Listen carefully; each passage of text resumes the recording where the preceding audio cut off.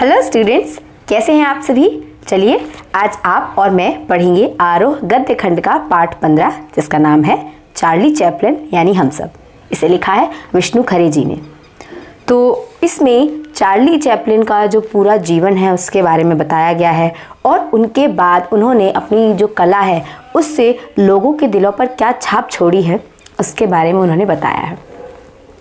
तो जिस वक्त यानी जिस समय जो लेखक ने जब ये पाठ को लिख रहे हैं उस समय वो बताते हैं कि जो चार्ली चैपलिन हैं उनके जन्म को एक शतक यानी एक शताब्दी यानी 100 साल पूरे हो चुके हैं। और एक और महत्वपूर्ण काम है कि उनकी जो पहली फिल्म है मेकिंग इंग लिविंग के 75 वर्ष यानी 75 ईयर्स कंप्लीट हो चुके हैं। इससे हम एक बात पता लगा सकते हैं कि चार्ली चैपलिन है उन्होंने 25 साल की उम्र से फिल्में बनाना शुरू किया।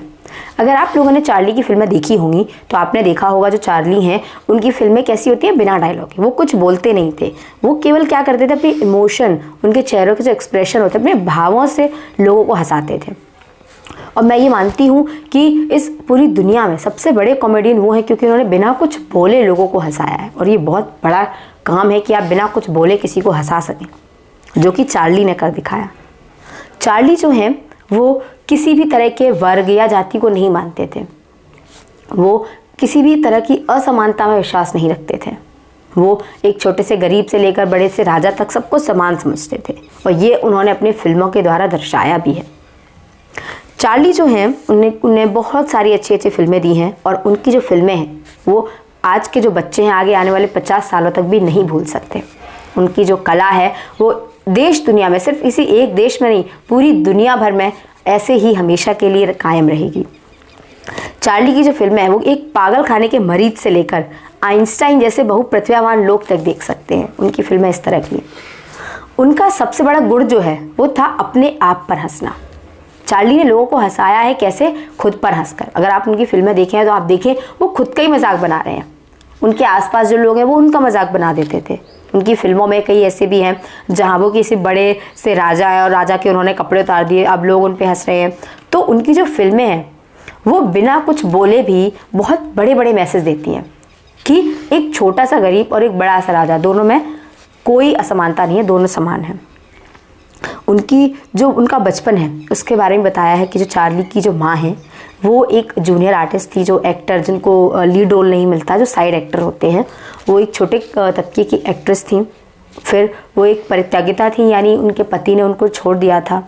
तो दोनों माँ और बेटे का जो जीवन है उन्होंने कितने कष्टों से काटा है। उसके बाद जो उनकी नानी थी वो खानाबदोशों के संपर्क में थी। खानाबदोश यानी जो होते हैं जो घूमते फिरते हैं, मतलब जिनका कोई घर या ठिकाना नहीं होता।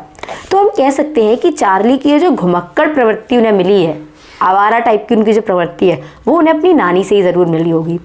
उनके जो पिता हैं चार्ली के वो एक यहूदी वंशज हैं, यहूदियों से रिलेटेड हैं। और उनकी जो नानी है वो खानाबदोशों के साथ घूमते घूमते ज़रूर हिंदुस्तान भी आई होंगी। इसीलिए चार्ली में जो है थोड़ा सा हम कह सकते हैं हिंदुस्तान की झलक भी आप देख सकते हैं। तो चार्ली की जो फिल्में रही हैं, चार्ली का जो पूरा व्यक्तित्व रहा है वो हम देख सकते हैं वो किसी एक देश पर या एक किसी समुदाय वर्ग पर निर्भर नहीं करता। उन्होंने पूरी दुनिया की जो संस्कृति है सबको अपनाया है।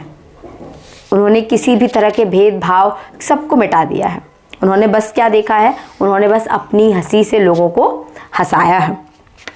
चार्ली जैसे जो कलाकार हैं उन पर अब जो आजकल के जो साहित्यकार हैं वो कुछ नया नहीं लिख सकते। क्यों? क्योंकि चार्ली की जो फिल्में हैं वो हैं ही एक तरह की, तो उन पर क्या नया लिखा जाएगा।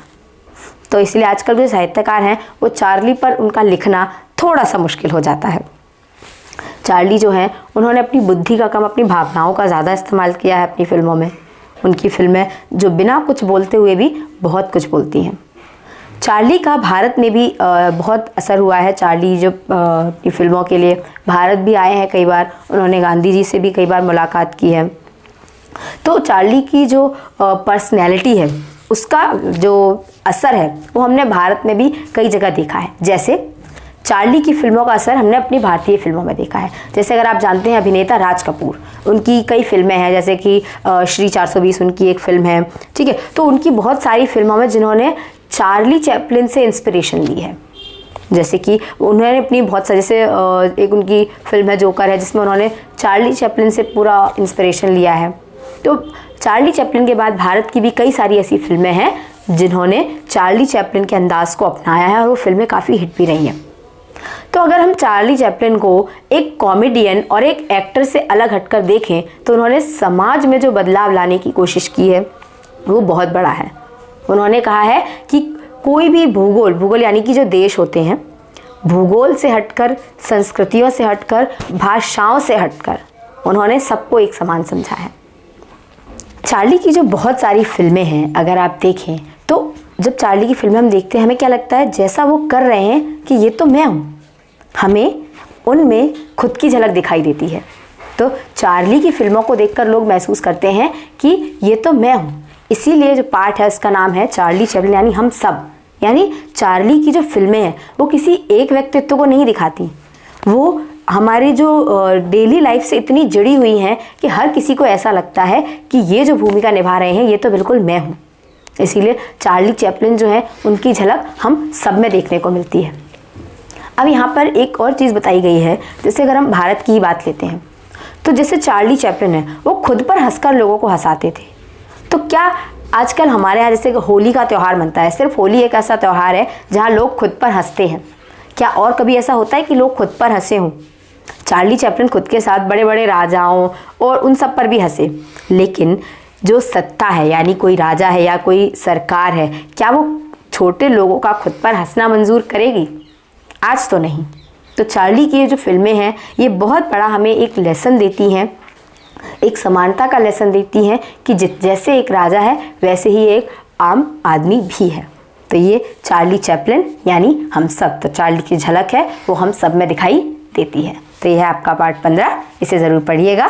कोई भी डाउट है कमेंट सेक्शन में बताइए। इसके जो नोट्स हैं वो आपको डिस्क्रिप्शन में मिल जाएंगे, ज़रूर डाउनलोड कर लीजिएगा। और नेक्स्ट जो टॉपिक्स है उसके लिए आप चैनल पर जा सकते हैं। Thank you.